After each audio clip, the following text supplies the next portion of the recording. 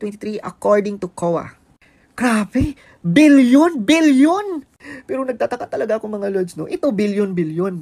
Yung kay VP Inday Sara, million lang. 125 million lang. Pero pinuputakti nila yun. Malaki daw. Eh ano na lang kaya to? Billion, my God! Narito ang Balitang Pinoy TV. Okay, and we are live ngayon sa ating YouTube channel. Okay, so yung una nating pag-uusapan ngayon ay patungkol nga dito sa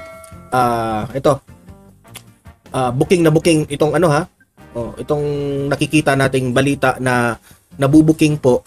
Nakita ko yung vlog ni Mr. Real Talker na, oo nga, tama, nakita ko yung balita na yun, pero may point itong vlogger na ipapakita ko sa inyo na kay laki-laking confidential funds itong Office of the President. Opisina ni Bongbong Marcos ang laki-laki po ng spending ng kanyang confidential funds. Bakit itong mga tuwadcom na ito at itong si Martin Romualdez, bakit si VP Sara lang ang inyong iniimbestigahan dito sa confidential funds? Yan ngayon nagtre-trending ngayon itong usapin na ito. Bakit si VP Sara lang? Ito, booking si Bongbong Marcos natuklasan na kay laki-laki po ng confidential funds na ginasta ni Bongbong Marcos sa 2023. Okay? Hindi nyo ba ito i-investigate? Yan ang tanong, di ba? Mamaya ipapakita ko yan. Pero proceed muna tayo sa next topic natin. Itong pangalawang pag-usapan natin ay itong si Franz Castro. Dati na itong ang daming nagrereklamo na taong bayan dahil nga convicted siya sa isang kaso na child abuse, at bakit makagalaw-galaw pa siya dyan sa House of the Representatives. Bakit may kapangyarihan pa itong si Castro? Miski na convicted na siya dito sa kaso, kahit nga nag-appeal siya, marami pa rin taong bayan ang nagtatanong bakit nandyan pa yan si Castro. Ngayon, merong grupo na nagrereklamo na dito kay Castro. Yan ang alamin natin kasi gusto nila mapatalsik itong si Castro sa House of Representatives. May grupo na pong nagrereklamo, okay? So yan po ang pag-uusapan natin ngayon. 3. Ayan, pero bago ang lahat, bago natin ito pag-uusapan, help me po na i-like muna at i-share itong video na ito para guys kakalat ito sa taong bayan. Okay, sabay-sabay nating i-like muna at i-share itong video natin, Facebook at YouTube. 1, 2, 3, go! Okay, like and share para maraming makalam. And also guys, paki-subscribe at paki-follow ito para lagi kayong updated sa mga balita na kagaya nito at ma-notify ang inyong mga cellphones kung meron tayong breaking news. Okay? So, kagaya nito, breaking news ito. So, sabay-sabay nating i-follow, i-subscribe, Facebook at YouTube. Ready? Follow, subscribe. 1, 2, 3, go! Ayan, thank you very much. Hey, blessed Tuesday, Ma'am Liza. Hello po. Ayan, yung mga moderators natin Okay, so simulan natin itong nag-trending na confidential funds ni Bongbong Marcos. Halos lahat ng may galit kay VP Sara ang papangit pati ugali. Sunday Escolano, good morning Donmar. So, ayan, nabulgar na, nabuking itong si Bongbong Marcos. Nakakahiya ang mga tuwadcom, hearing ng hearing, investigate dito sa confidential funds ni VP Sara, pero hindi nyo naman ini-investigate itong si Bongbong Marcos. Ang laki po ng ginasta ng confidential funds ni Bongbong Marcos. Diba? Wala naman tayong hindi naman tayo kagaya ni Castro at ibang mga kongresista dyan na nang aakusa tayo kay Marcos. Hindi naman. Kahit nga malinis itong ginagawa ni VP Sara sa kanyang mga confidential funds, still, ginawa nila ng mali siya. Investigate sila ng investigate. Diba? Kasi ang layunin nila, sisiraan lang ng sisiraan si VP Sara. Okay? Pero ngayon, bakit natin investigahan ang 125 million pero hindi natin inimbestigahan itong 4 billion? 4 billion po ang ginasta. Ito, ipapakita ko sa inyo Ipapakita ko sa inyo. Baka akala nyo, di ba? Play, Mr. Real Talker. Ayan. Play. Ito mga lads, no? So, grabe ito mga lads, no? Anyway, I stand corrected. My mistake, no? So, kanina kasi gumawa ako ng video na nabasa ko kasi sa isang news sa Inquirer ata na 10 billion. Ito na vlogger na ito, DDS vlogger rin ito Wait. Intelligence fund sa Inquirer ata na 10 billion, 'di ba? Ang confidential at intelligence funds na nagastos, no? Sa Office of the President. I was wrong. ito pala yung detalyado. Ah. Basahin natin. The Office of the President under President Ferdinand Marcos Jr. is the top confidential and intelligence funds spender for 2023 with a combined 4.5 billion lang pala. Itong vlog na ito ni Mr. Real Talker, ini-emphasize niya na sa lahat ng ahensya ng gobyerno, si Bongbong Marcos po ang pinakamalaki na ginasta na pera ng taong bayan through the confidential funds. Na umaabot po ito ng 4.5 billion pesos. Malaki yan. Kasi in 1 billion, compose yan of 1,000 na tig 1 million. Kasi 4.5 billion, meaning to say, 400,000, 4,500 na titig 1 million ang ginasta. Okay? Yung kay VP Sara, 125 million lang. Ang kay Bongbong Marcos, 4,500 na tig 1 million ang ginasta. Meaning to say, 4.5 billion pesos ang ginasta ni Bongbong Marcos.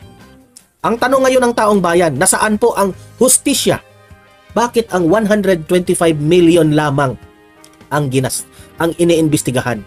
Bakit hindi po iniimbestigahan itong 4.5 billion pesos ni Bongbong Marcos? Di ba? Iniimbestigahan nyo si VP Sara sa kanyang 125 million.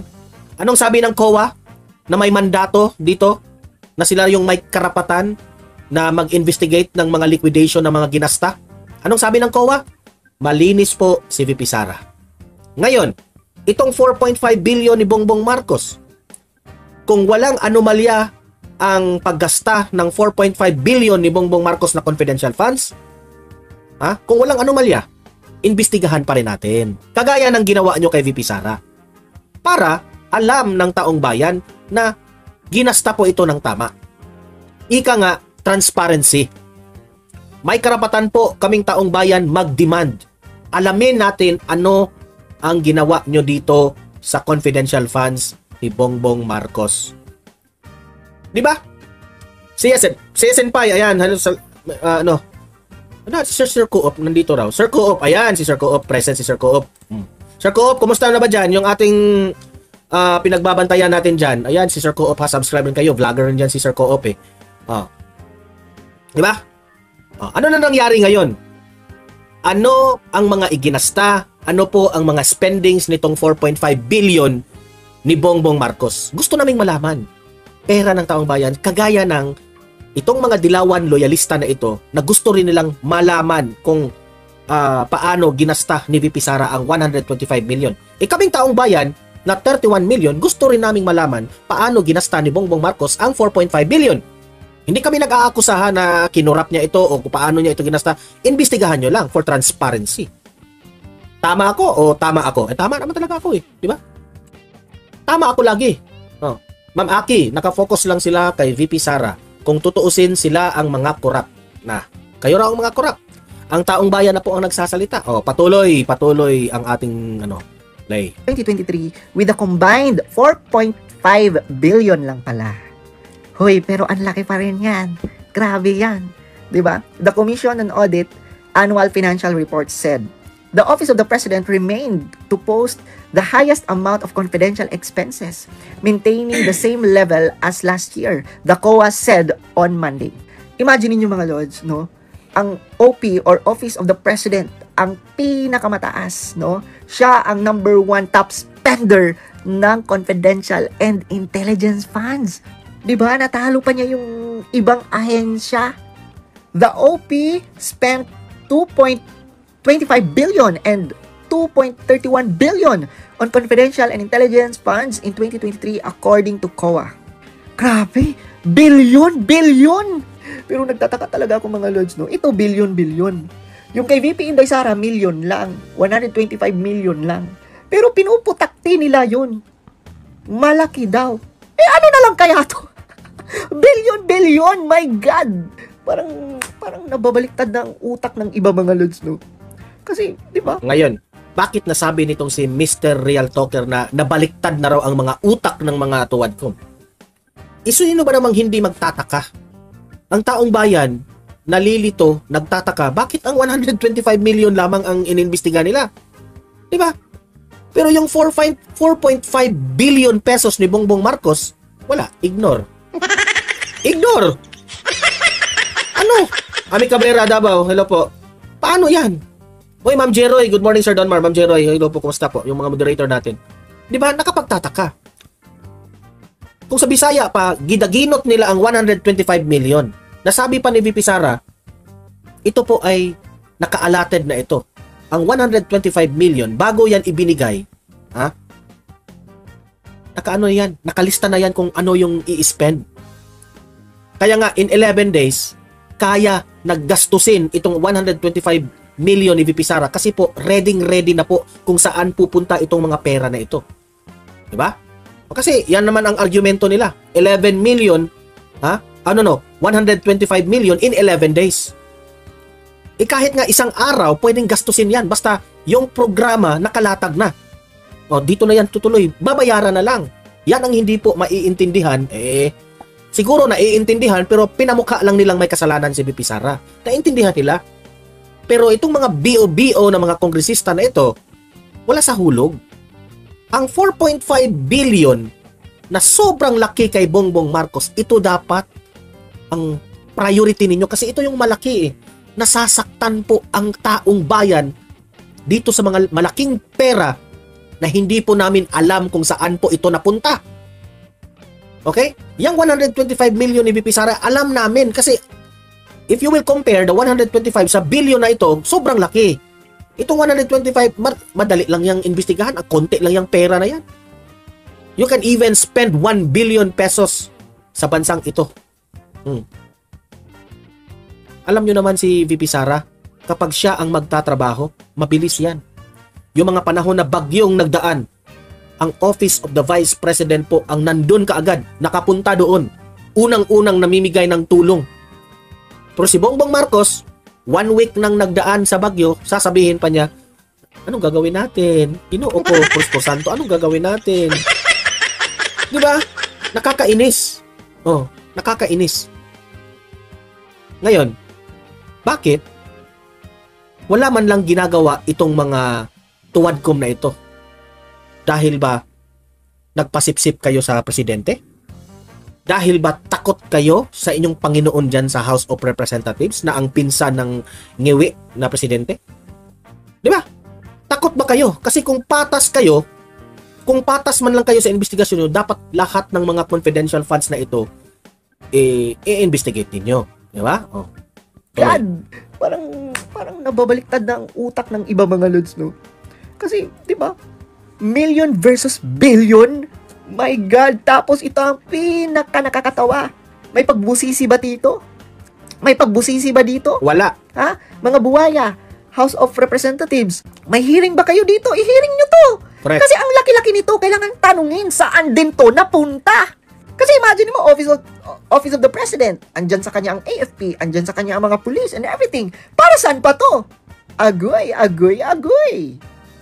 Ayan. So, good job sa'yo, Mr. Real Talker, for being brave. Okay? Yan po ang mga example natin na mga vlogger na matatapos. Ito na nga mga kabalita. Ano na ang masasabi nyo patungkol sa balitang ito? Please comment down below mga kabalita. Pag-usapan natin yan sa comment section. At kung di ka pa nakasubscribe sa ating channel, baka naman